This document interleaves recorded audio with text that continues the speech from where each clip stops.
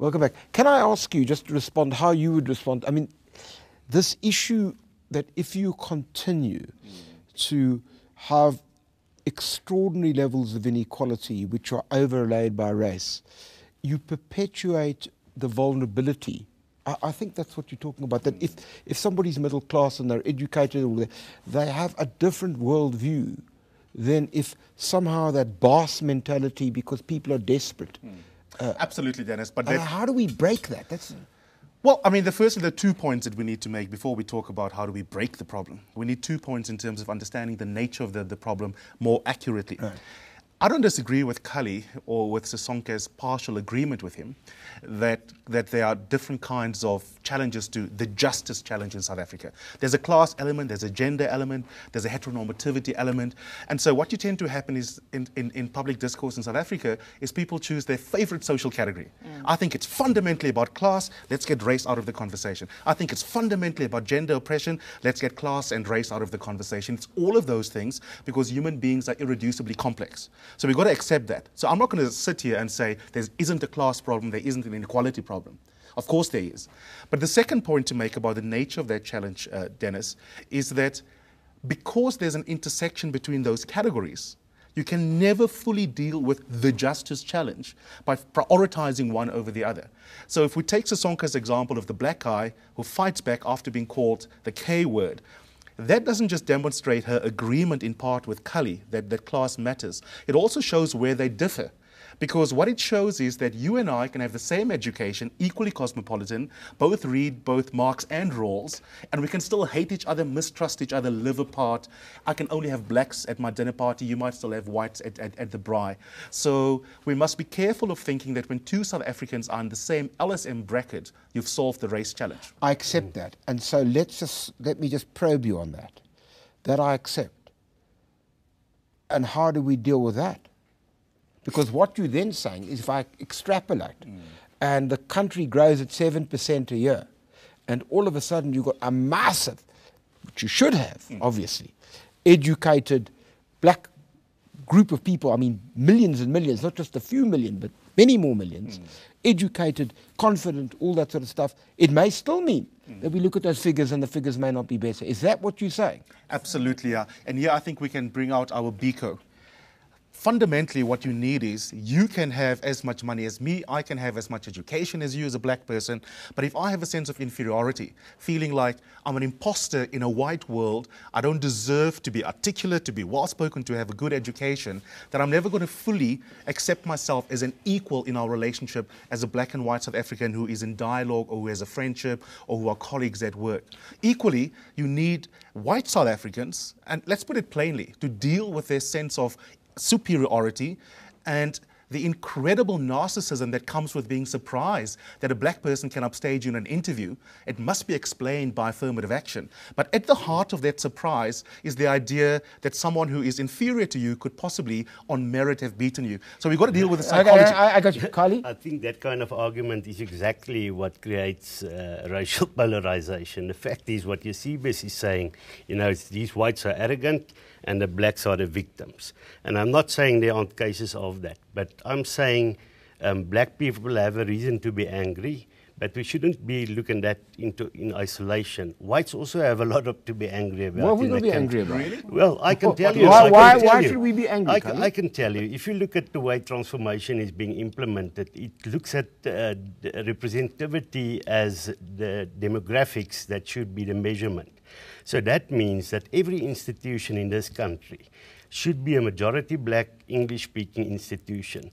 That's what you're seeing with the Minister of Education, where we have 38 campuses in this country. 37 of them are majority English. Only one is Afrikaans. All right, okay. But that's not acceptable. That's a reason to be angry because it says you're a second-class citizen in your own country. Well, I but think, sorry, yes, please. I first want to say black people also have a reason to be angry. But if you have a one-sided approach, as Eusebius, you're going to exacerbate. Can I just get one thing? Sorry, no, I'm not going to get one thing clear. I'm going to ask. No, I think it's interesting that you use. I think it's interesting that you use higher education as an example, because I think that's a perfect example of a thoroughly untransformed space in which, in fact, the issue is not about the fact that that white people should be angry. In fact, in higher education, the incidents that we've had recently about blackface. So if we're going to separate out and agree with Eusebius, and let's talk race for a minute, and let's try and bracket it. Yeah, okay. Yeah, so let's try and bracket it. Understanding intersectionality, getting it, but let's bracket that for a moment. If we're going to talk simply about race,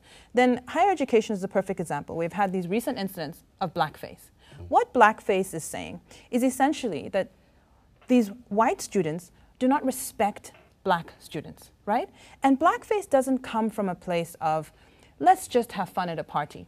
Blackface comes from a place that says, we have an institution which is, in fact, majority white. It may not be majority white in terms of demographics, and many of South Africa's schools don't look the same demographically anymore, but what they do is they have segregated residences where white kids and black kids don't sleep in the same dorms on the basis of culture.